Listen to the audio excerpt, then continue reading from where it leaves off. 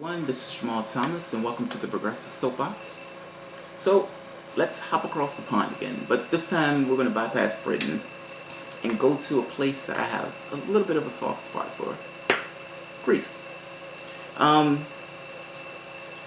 So, my wife and I got married in Iceland last year, but the place we went to first, you can almost call it a pre-honeymoon, was Greece. I love the country. I thought it was a beautiful country.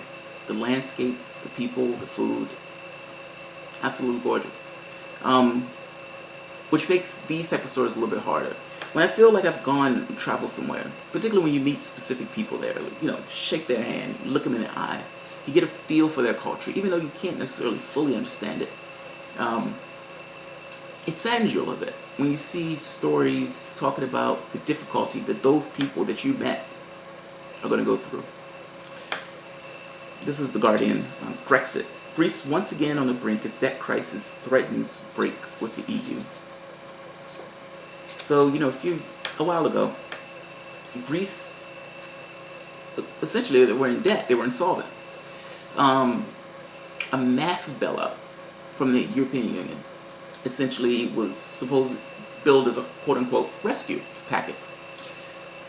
What Angela Merkel was not telling people was that rescue packet was essentially a bank bailout. So German banks, French banks, I think it was a few other countries, had loaned Greece a lot of money. When Greece could not pay all that money, Germany and France, for the most part, were on the hook for it. Angela Merkel could not go and tell her people, hey, we need to do another bank bailout. She would have been tarred and feathered. So what she did was, we have to help those poor Greeks out. Those Greeks who can't attend to their own affairs. We had to help them out. It did what she needed it to do politically, but it also poisoned the relationship between those countries. She tried to make it look like, they're so lazy and they're not handling their affairs and their business. So we have to help them out. It was gross in the way she was doing it. I mean, it really was. But now we're back at an impasse. And again, it's almost like we're back at an impasse, but the IMF full well knew that they weren't going to be able to pay this off when they loaned them the money. Giannis, the previous finance minister, did not want to take that money. They did not want to take the bailout originally because they thought, we can't pay that bailout back. There's no point in taking it. Well, they took it. In fact, they held a referendum that said, are you willing to put in more austerity? The Greek public said no. Resoundingly no. And they were backing their prime minister. Their prime minister took all of 1 or 2 days before he caved and essentially implemented more austerity onto the Greek population. So bailout negotiations between Athens and its creditors have stalled. Analysts, sensing dangerous deadlock, are sounding the alarm. Alarm that has the embattled Prime Minister Alex Tsipras was expected to raise in talks with the German Chancellor and other European leaders in Malta on Friday.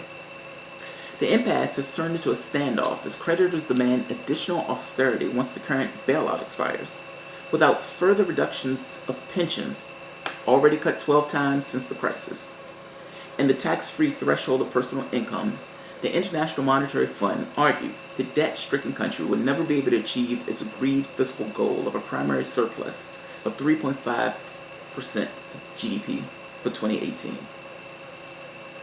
What in the world does pensions have to do with a 3.5% GDP?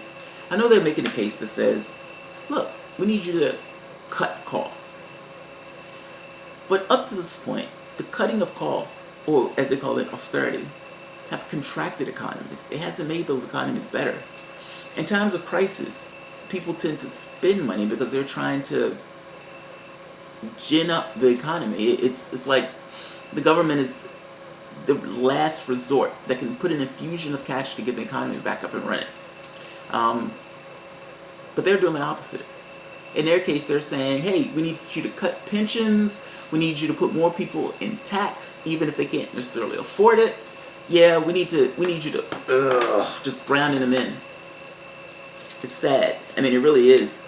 Because what they're trying to do, And again, the IMF had already put out a report like a year or two ago saying they're insolvent. They can't pay these loans back. They're getting them to the point where they're taking more and more loans on.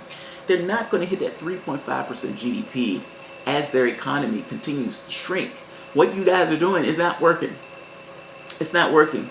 It's almost like somebody's digging a ditch and they realize, I just keep it digging. Why don't you do something that actually helps the country? I mean, if you want to help them out, help them out. This ain't doing it. So, in a fiery parliamentary debate late on Wednesday, Tsipras dug in, assisting his two-party coalition, in power with a wafer-thin majority of 2, would not cave into the demands that his government has repeatedly called absurd. The IMF demands go beyond democratic and constitutional logic and value, he added. Now, remember, the Syriza Party was a far-left party. I think they were polling at like 4% at one point. Their big thing was no to austerity. Well, he's been putting in some serious austerity. And just to hear the consequences, 1 in 3 now live below the poverty line, and unemployment hovers around 23%. The latest impasse has not only seen immigration levels rise and non-repayment of household and business loans soar, but also a nostalgia for the drachma. The drachma was their original currency. So, initially when this whole thing came up, it was thought that Greece may leave the European Union due to what was going on with austerity and what was going on with Germany, to be honest. I mean, for the most part, Greece has become a client state of Germany. I mean, anytime you have a situation where your country says no, and Germany says, yeah, whatever, and within 2 or 3 days, he folds. Now, understand, they had shut his banks down. I mean, I think people could only get like $50 a day out of the banks or something like that. They put pressure on him to do so. And Tsipras was not prepared to take the extra step of pulling him out of the euro. I gotta be honest, that's probably his best option.